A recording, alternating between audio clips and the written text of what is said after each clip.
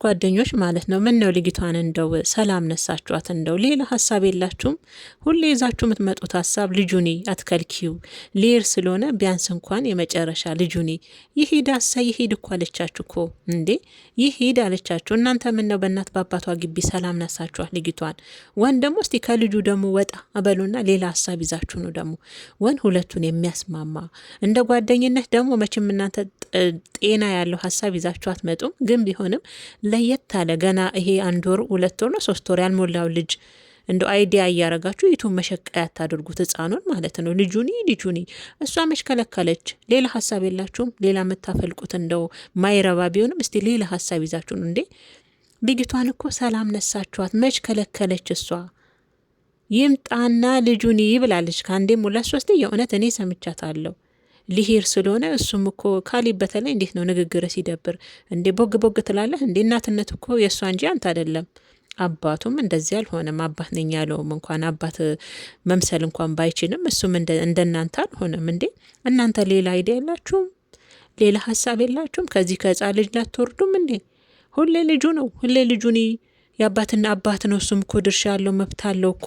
በዚህ ልክ ልጁን ለምን ትከለኪዋለሽ? መች ከለከለችው እንዴ? ደከማት እኮ ልጅቷ ትረፍበት። በእናት በአባቷም ግቢ ሰላም ነሳችኋት እኮ እየመጣችሁ በር እያንኳኳችሁ ደህና ሀሳብ ይዛችሁ የመጣችሁ ነው የምትመስሉት። በር አንኳኩታችሁ 2 3 ሆናችሁ ትመጣላችሁ። ዩቱባችሁን ካሜራችሁን ደቅናችሁ ከዛ መታችሁ ደግሞ ልጁኒ ብላችሁ እሷን በሚዲያ ለማሳጣት የምታደርጉት ጥረት መቼም አይሳካም። መቼም ማለት ነው።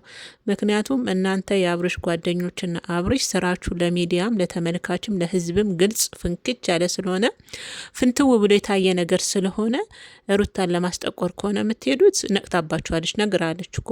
እኔም በሚዲያው ለማስጠቆር ወይም ደግሞ ሌላ ነገር ለማስባል ካልሆነ በስተቀር እኔ ልጁን አልከለከልኩም። ልጁን መጥቶ ይህ ብዬ ከአንዴም ስንቴ ትናንትና እሱ መጥቶ ተነጋግረን ጨርሰን የሄድነውን ነገር ለምንድን ነው እንደ አዲስ እየመጣችሁ ሰላሜን የምትነሱኝ እንዴ? እኔ ሰላሜን መጠበቅ አልችልም ወይ? እናት አባቴ ግቢ እንኳን ሰላሜን ማግኘት አልቻልኩም እያለች ነው። እና እውነት ነው፣ የእውነት ታሳዝናለች ሩታ። ከአብርሽ በላይ እኮ እናንተ ናችሁ ሰላሟን የነሳችኋት። በዚህ ገና 3 ወር 4 ወር ባልሞላ ልጁኒ የሱም ድርሻ አለ፣ የሱም መፍት አለ። እሷ መች ከለከለች ደግሞ? እናንተም ብሎ መፍታት ሰጭ። እናንተ የምን መፍታት አስጠባቂ ሆናችሁ ነው ዛሬ መብትና ግዴታውን ልትነግሯት የምትሄዱት? ደግሞ እኮ ልጅቷ ሩታ ናት። በንግግር አትችሏትም። ታውቃላችሁ አይደል? ሊሄድ ነው ምናምን ታስፈራሯታላችሁ። ይሄድ አለቻችሁ እኮ። ይሄድ መንገዱን ጨርቅ ያደርግለት። ይሄድ አለች። በቃ ቆረጠች እኮ በቃ። እናንተ ደግሞ ሌላ ሀሳብ ስትይዛችሁ ነው ሁሌ በአንድ አይነት አይደብርም? ልጅቷንስ ማሰልቸት አይሆንም? ማድከም አይሆንም? እሷንስ አይደብራችሁም እንዴ? እናንተ ሰላም አጣችሁ እኮ። እናት አባት ግቢ ድረስ እየሄዳችሁ እያንኳኳችሁ ሁሌ አንድ አይነት ወሬ ምንድን ነው? ሁሌ በዚህ በህፃን ልጅ ማሳበብ። ይህን እኮ አብርሽ አላካችሁም እናንተ። ዩቱባችሁ መሸቂያ ነው። እሷንም ደህና መሸቂያ አረጋችኋት። የእውነት አረጋችኋት እንዴ? ምንድነው ሁሌ ልጁን የማ ብልጭን ያለብኝ የእውነት ቤተሰቦቼ።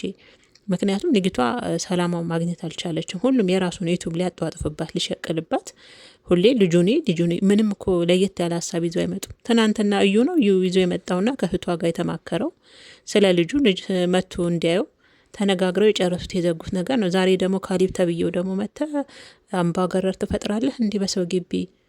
ከዛም ደግሞ እኮ አልፈ ለመናገር አሰብክ እኮ ልትቆጣትም አሰብክ።